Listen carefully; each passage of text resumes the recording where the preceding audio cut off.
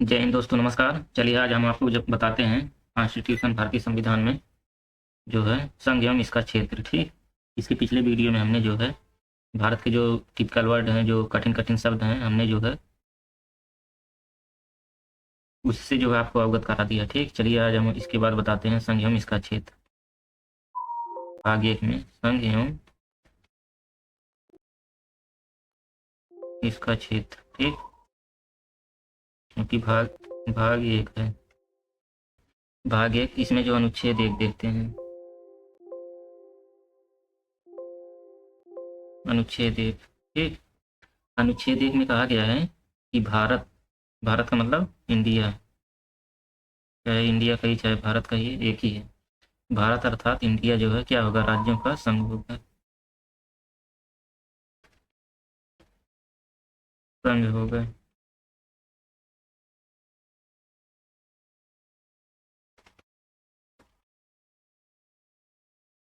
ठीक, आर्टिकल 1 में कहा गया है, आर्टिकल 1 में लिखा गया है, ये देखिए फैक्ट है, आपको याद करना पड़ेगा कि जो है राज्य जो है, जितने भारत में जितने भी राज्य हैं उन राज्यों का संघ होगा भारत।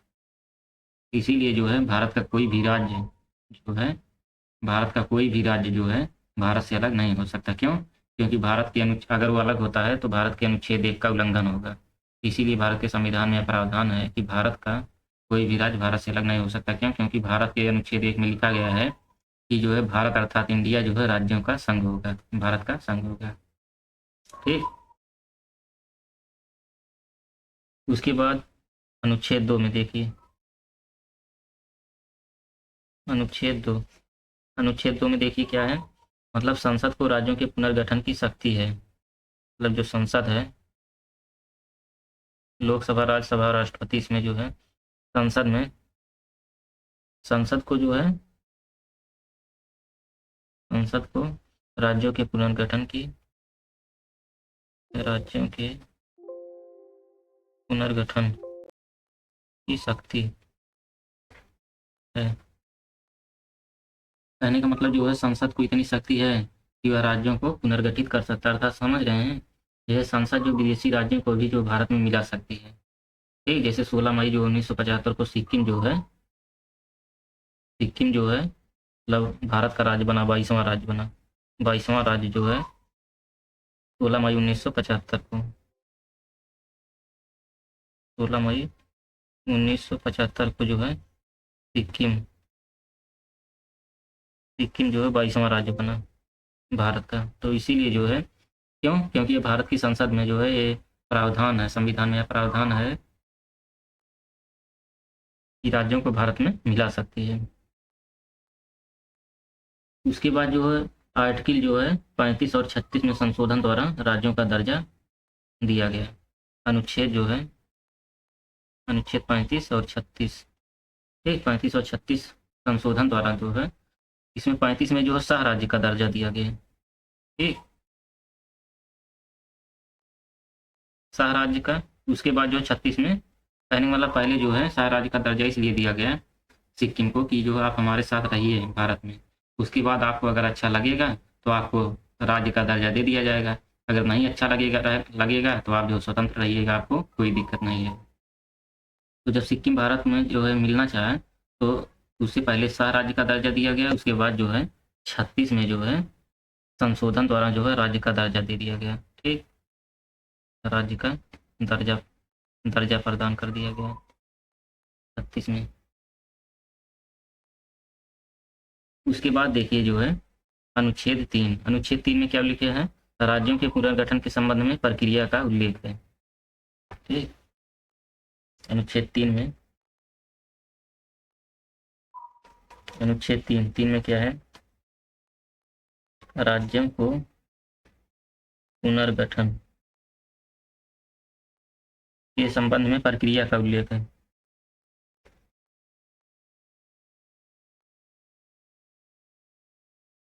प्रक्रिया का उल्लेख है अनुच्छेद 3। अनुच्छेद 3 में राज्यों के पुनर्गठन के संबंध में मतलब कोई विधेयक राष्ट्रपति की अनुमति के बाद ही संसद में पेश किया जाएगा। ठीक, मतलब राज्यों को पुनर्गठन के संबंध में इसकी प्रक्रिया है, ये नहीं कि बस जब चाहे जब मन करे तब मिला दीजिए, वैसे नहीं। इसके लिए जो है आपको विधेयक मतलब कोई विधेयक राष्ट्रपति की अनुमति के बाद ही, मतलब राज्य के पुनर्गठन के लिए, राज्यों के पुनर्गठन के लिए जो है, इसके लिए आपको क्या करना पड़ेगा, प्रक्रिया, कौन सी प्रक्रिया, कि राष्ट्रपति की अनुमति के बाद, पहले तो राष्ट्रपति की अनुमति लेनी पड़ेगी, राष्ट्रपति के अनुमति के बाद, अनुमति के बाद जो है संसद में पेश किया जाएगा। अगर संसद, राष्ट्रपति मंजूरी दे देता है तब तो आप संसद में पेश कर सकते हैं, नहीं तो नहीं, संसद में पेश। ठीक, तो पहला पॉइंट हो गया आर्टिकल 3 में। अब दूसरा पॉइंट क्या है उसको देखिए। दूसरा पॉइंट यह है कि राष्ट्रपति द्वारा अनुमति देने से पहले संबंधित राज्य जो है विधानमंडल का मत होना चाहिए, उस राज्य के विधानमंडल का मत होना चाहिए। तो ये भी मेन पॉइंट है। तो राष्ट्रपति द्वारा अनुमति देने से पहले, राष्ट्रपति द्वारा अनुमति देने से पहले, ठीक, राष्ट्रपति द्वारा अनुमति देने से पहले संबंधित राज्य विधानमंडल का मत होना चाहिए। मतलब जो राज्य जो है मिलना चाह रहा है, मतलब जिस राज्य के पुनर्गठन के संबंध में प्रक्रिया चल रही है, तो उसके जो है राष्ट्रपति द्वारा अनुमति देने से पहले जो है राज्य विधानमंडल का मत भी होना चाहिए। तो संबंधित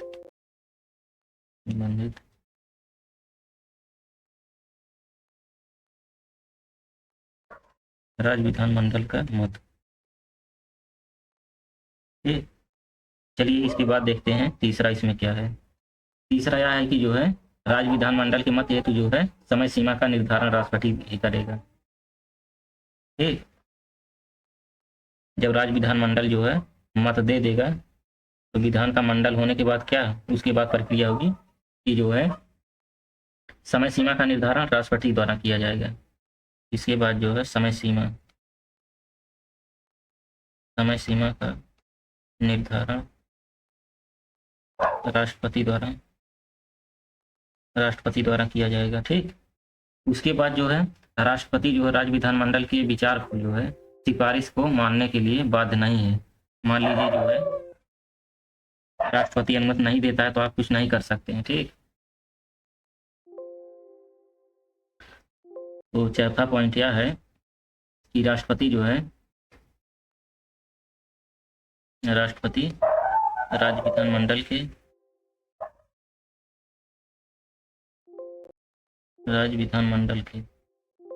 ठीक, राष्ट्रपति राज्य विधानमंडल के विचारों अथवा सिफारिशों को मानने के लिए बाध्य नहीं है। विचारों अथवा सिफारिशों को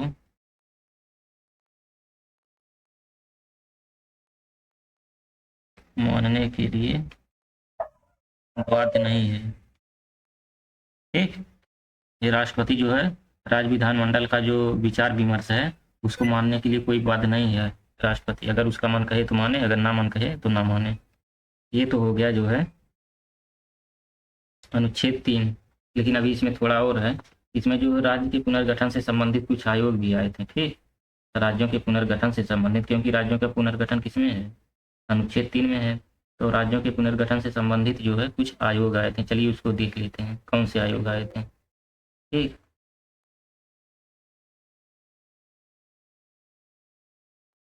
चलिए देखते हैं।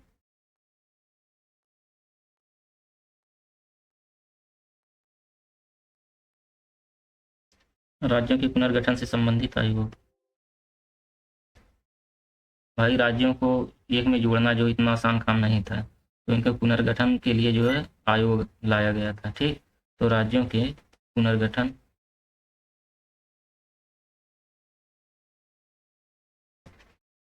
से संबंधित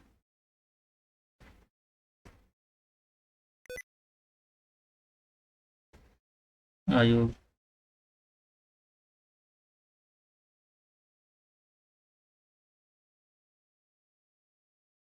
चलिए देखते हैं। इसमें जो है पहला था डार कमीशन। पहला डार कमीशन, इसको कुछ लोग धार कमीशन भी बोलते हैं, तो लेकिन पहले डार कमीशन, उसके बाद जो है धार कमीशन है। दूसरा है धार कमीशन। धर कमीशन या आयोग, धर आयोग, धर आयोग। उसके बाद तीसरा है जेपी, जेबीपी, जवाहरलाल नेहरू वल्लभ भाई पटेल पट्टाभ सीतारमैया, इसको जो है जेबीपी समिति बोलते हैं। ठीक। उसके बाद चौथा है फजल अली आयोग, फजल अली आयोग। यही जो है 4 आयोग है, राज्यों के पुनर्गठन से संबंधित 4 आयोग है। ठीक। अब इसमें जो जेबीपी समिति का जो गठन था, इसमें ये कहा गया कि जेबीपी समिति का गठन जो है 1948 को, दिसंबर में 1948 में हुआ था। इसमें भाषाई आधार पर राज्यों के पुनर्गठन के मुद्दे की जो है जांच के लिए किया गया था। ठीक। जो डार कमीशन था, इसमें जो भाषाई आधार पर जो है 1948, नोट करते रहिएगा, 1948 में जो है इसका गठन हुआ था, दिसंबर 1948। और जो है भाषाई आधार पर राज्यों के पुनर्गठन से संबंधित जो है मुद्दों की जांच के लिए जो है इसका गठन किया गया था, डार कमीशन का। ठीक। उसके बाद जो धर आयोग था, धर आयोग जो भाषा के आधार पर नहीं होगा राज्यों का पुनर्गठन, ये कहता था। डार कमीशन और धर कमीशन दोनों यही कहते थे कि राज्य का पुनर्गठन भाषा के आधार पर नहीं होगा। उसके बाद जो है जेबीपी कमेटी आई, तो उनमें एक नेता थे श्री रामल्लू। ठीक। श्री रामल्लू, और वे आमरण अनशन पर बैठ गए। जब आमरण अनशन पर बैठ गए तो जो है जिसमें उनकी मृत्यु हो जाती है, जब आमरण अनशन पर बैठ गए तो उनकी मृत्यु हो जाती है और वहाँ बड़ा विद्रोह होता है, जिससे जो है सरकार का तत्काल में निर्णय लेना पड़ता है। भाई जब देश में जो इतना बड़ा विद्रोह हो गया, एक व्यक्ति की मृत्यु हो गई धरने पर बैठने के कारण, तो जनता में आक्रोश पैदा हो गया। जब आक्रोश पैदा हो गया तो बहुत बड़ा विद्रोह कर दिया, जिससे सरकार को जो आनंद फानन में जो है एक तत्काल में एक डिसीजन लेना पड़ा। तो निर्णय क्या था कि सरकार ने यह निर्णय लिया, इन्होंने कहा, सरकार ने कहा कि जैसे तेलुगु बोलने वालों की अलग और तमिल को अलग राज्य का दर्जा तो दे दिया जाएगा। जैसे जो तेलुगु बोलने वाले हैं, ये जो तेलुगु बोलने वाले हैं उनको अलग, और जो तमिल बोलने वाले हैं उनको अलग राज्य का दर्जा तो मिल जाएगा, इसमें कोई दिक्कत नहीं है। यह सब सुनकर पूरे देश में भाषा के आधार पर राज्यों की मांग होने लगी। भाई जब 2 देशों में जो है भाषा के आधार पर राज्यों का दर्जा दे देंगे, तो बाकी जो उत्तर भारत में जो है और राज्य हैं उनको भी जो है चाहिए। तो वो लोग भी आवाज़ उठाने लगे कि भाई हमें भी चाहिए भाषा के आधार पर राज्य का दर्जा। तो पूरे देश में जो है ये मांग होने लगी कि भाषा के आधार पर राज्यों की मांग। ठीक। तब एक कमेटी बनी जिसे जो फजल अली आयोग कहते हैं, फजल अली आयोग कमेटी बनी। ठीक। पहले जेबीपी समिति इसमें बता देते हैं, जेबीपी समिति में क्या है, नेहरू वल्लभ भाई पटेल और पट्टाभ सीतारमैया, यही जो है इसमें 3 लोग थे। उसके बाद फजल अली आयोग जब बना, ठीक, फजल अली आयोग में जो है राज्यों के पुनर्गठन के आधार पर फजल अली आयोग ने कहा कि भाषा के आधार पर नहीं होगा, ठीक है, लेकिन जो है उसमें बदलाव कुछ होना चाहिए। तो उसमें भाषाई आधार पर परंतु एक राज्य एक भाषा फार्मूला नहीं लगेगा। फजल अली आयोग जब आया तो इसमें ये कहा गया कि भाषा के आधार पर राज्य का पुनर्गठन तो कर देंगे, कोई दिक्कत नहीं, लेकिन एक शर्त और है। फजल अली आयोग की जो कमेटी आई, इन्होंने शर्त रखा जनता के पास कि भाषा के आधार पर तो हो जाएगा, परंतु जो है एक राज्य में एक राज्य एक भाषा वाला फार्मूला नहीं चलेगा। मतलब एक राज्य में केवल एक ही भाषा के लोग नहीं रहेंगे, और भाषा के लोग जो है रहेंगे। ठीक। तो फजल अली आयोग वाले का आज देखिए जो है, जैसे यूपी है, यूपी में केवल एक ही भाषा के लोग थोड़ी हैं, यूपी में जो कई भाषाएं बोली जाती हैं। तो इसीलिए जो है तमिल में केवल तमिल ही थोड़ी बोला जाता है, कई भाषाएं वहाँ पर बोली जाती हैं। तो इसलिए जो है जो फजल अली आयोग की कमेटी आई, उसने कहा एक राज्य एक भाषा का फार्मूला नहीं लगेगा। तो इसमें पहला पॉइंट है भाषाई आधार पर होगा। ठीक। भाषाई आधार पर होगा, लेकिन शर्त रखा, क्या, लेकिन परंतु किंतु ये सब जब आ जाए तो समझ लीजिए कुछ खतरनाक होने वाला है। लेकिन एक राज्य एक भाषा का फार्मूला नहीं चलेगा, लेकिन एक राज्य एक भाषा,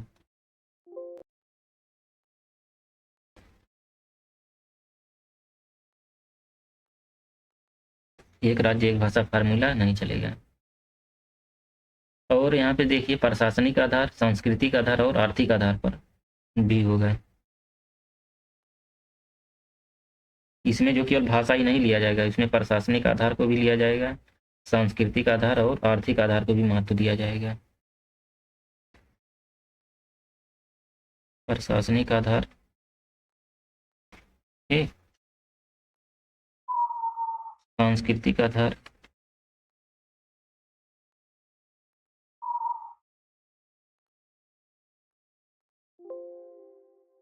आर्थिक आधार,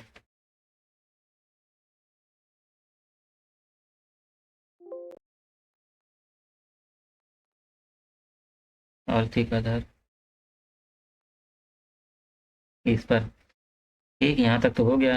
अब चलिए जो है बताते हैं भाग 4। भाग 4 में है राज्यों का पुनर्गठन संसद द्वारा साधारण विधेयक के माध्यम से होगा। कहने का मतलब जो सह राज्य का दर्जा, मतलब अनुच्छेद 4 में है, आर्टिकल 4 में यह है कि जो है राज्यों का पुनर्गठन,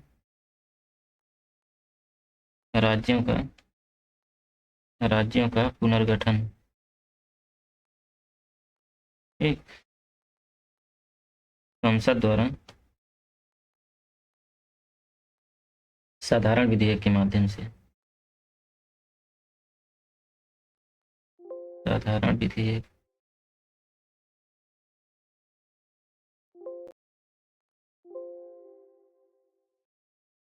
माध्यम से होगा, ठीक।